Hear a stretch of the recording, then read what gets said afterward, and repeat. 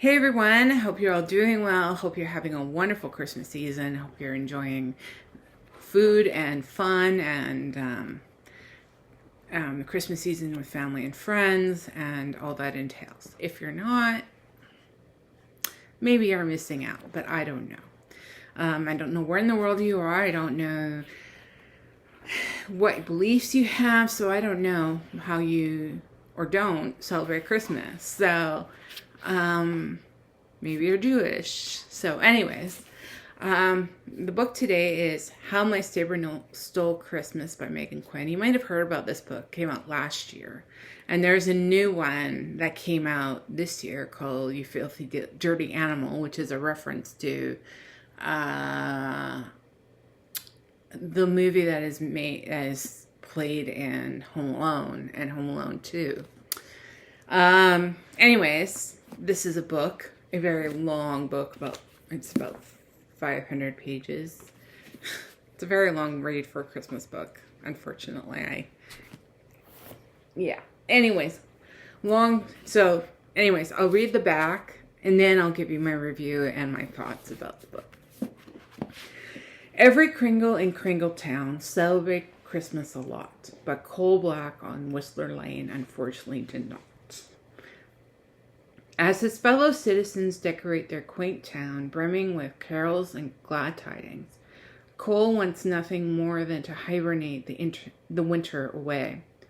But his dreary plans are thwarted when his Christmas nemesis, storyteller, moves in next door to care for her Aunt Cindy.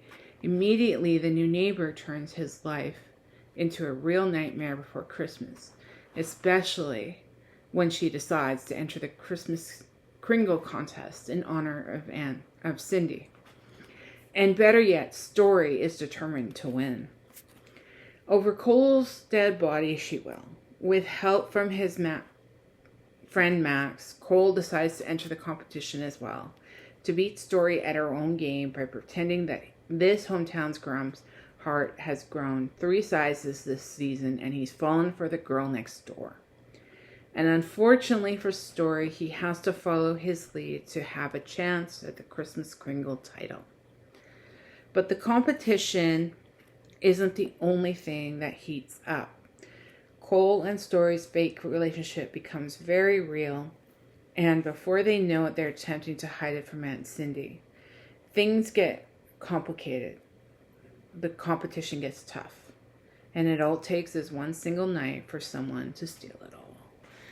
I gave this book a 4 out of 5. Now, I thought it was a pretty good read. The only marks, and I will state this before I actually do continue, is I'm going to give some trigger warnings. I know I don't like trigger warnings. You know I hate them. But in any case, there is some very explicit sex scenes in the book. It's very open door. So if you're not into open door, I would recommend you not read this book, that you skip it. There are several, I'd say more than several. I think there's like 3 or 4 scenes. And that comes to one of my negative parts about the book is I felt that there were too many. 2 or 3 would have been nice, would have been adequate. And by, I think there's there's more like 4 or 5 scenes like this. I just felt it was a little too much. I think she could have cut down on it. Maybe 3. 3 would have been absolutely, for me, max. And I don't think it needs to be as explicit as it ended up being in some instances. It's really spicy. I would say it's hot, hot, hot. So if you're not into, I know it seems very innocuous, the title. It seems very innocuous. But, and the other thing that was a bit of a drawback for me was that it was almost 500 pages. Now, I've read Christmas romance books. I've read very tame ones like Richard Paul Evans.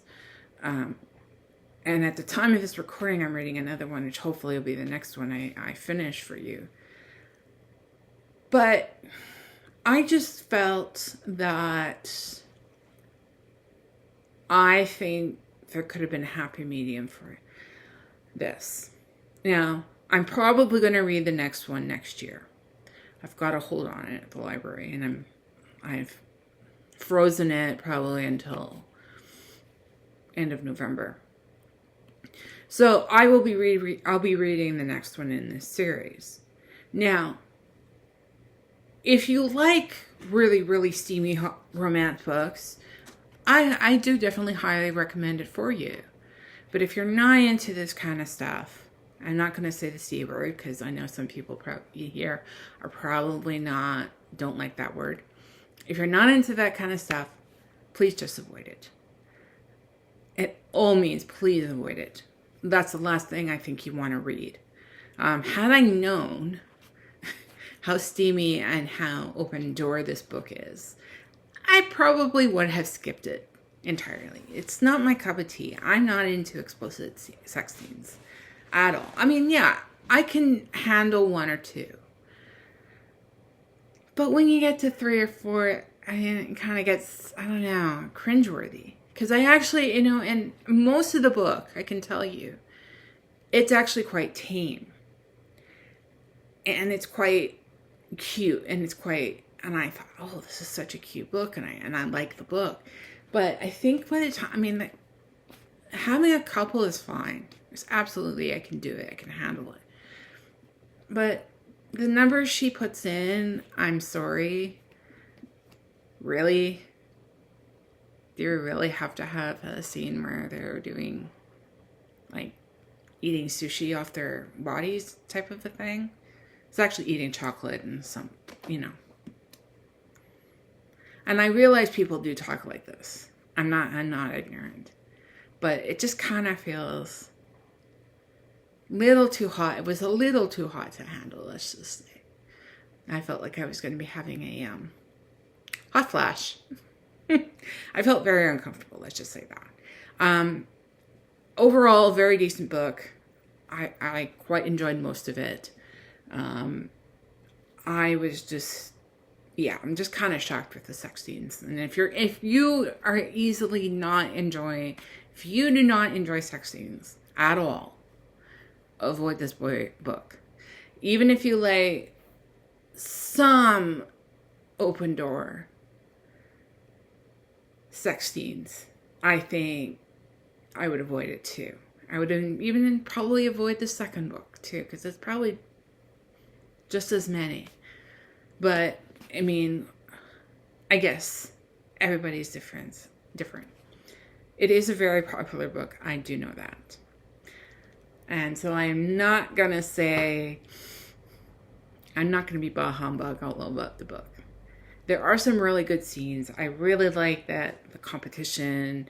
I really like the competition that takes place throughout the book.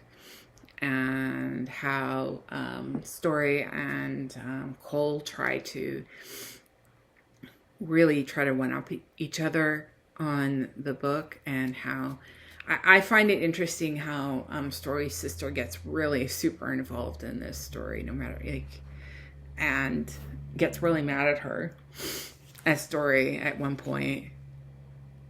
But yeah, so if you really like open door romances and you like a lot of them, I would recommend this. This is not Dream Harbor, if you're wondering. It's explicit. The Dream Harbor books that I have read are, what's the word? They're tame compared to this. This is very explicit in places. I wouldn't say it's explicit all over the place, so it's not a big turn off. But I also like the fact that she put in illustrations. They're black and white, and I'm not sure who did them. They're like this. I'm not saying that one should not, and like this. This is a very cute picture of Cole dressed up in lederhosen. Unfortunately, it's black and white. So if it was color, I think it'd be a lot more effective, but that's not for me to say. overall, it's a pretty good book.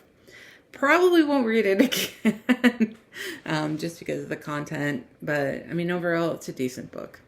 And if you're into that stuff, you know, coming to think of it, I'd probably give it a 3.5 at this point. Just because it's so freakingly explicit. And it's not my cup of tea, really. Really made me feel, like, towards the end, the number of sex scenes made me feel very uncomfortable. And that's probably not a good sign if I want to read the second book in the series. I don't know if there's going to even be a third, but I'm going to give it a try. Give the second book a try next year. We'll see. We'll see what happens from there. And yeah, the second book came out this year, not today. It'd be too late. And I knew that this was romance. I did know that this was a romance book. I just didn't know how explicit this book was. So that was How the Neighbors Stole Christmas. I think it's definitely a play on How the Grinch Stole Christmas. She definitely uses that. Yeah. Anyway, so that was How My Neighbor Stole Christmas by Meghan Quinn. I look forward to talking to you soon about the next book I've read. And I hope, if this is the last book review I post before Christmas, or even for Christmas, I hope you have lots of bookish gifts or even books. That'd be great. And I look forward to talking to you soon. Bye for now.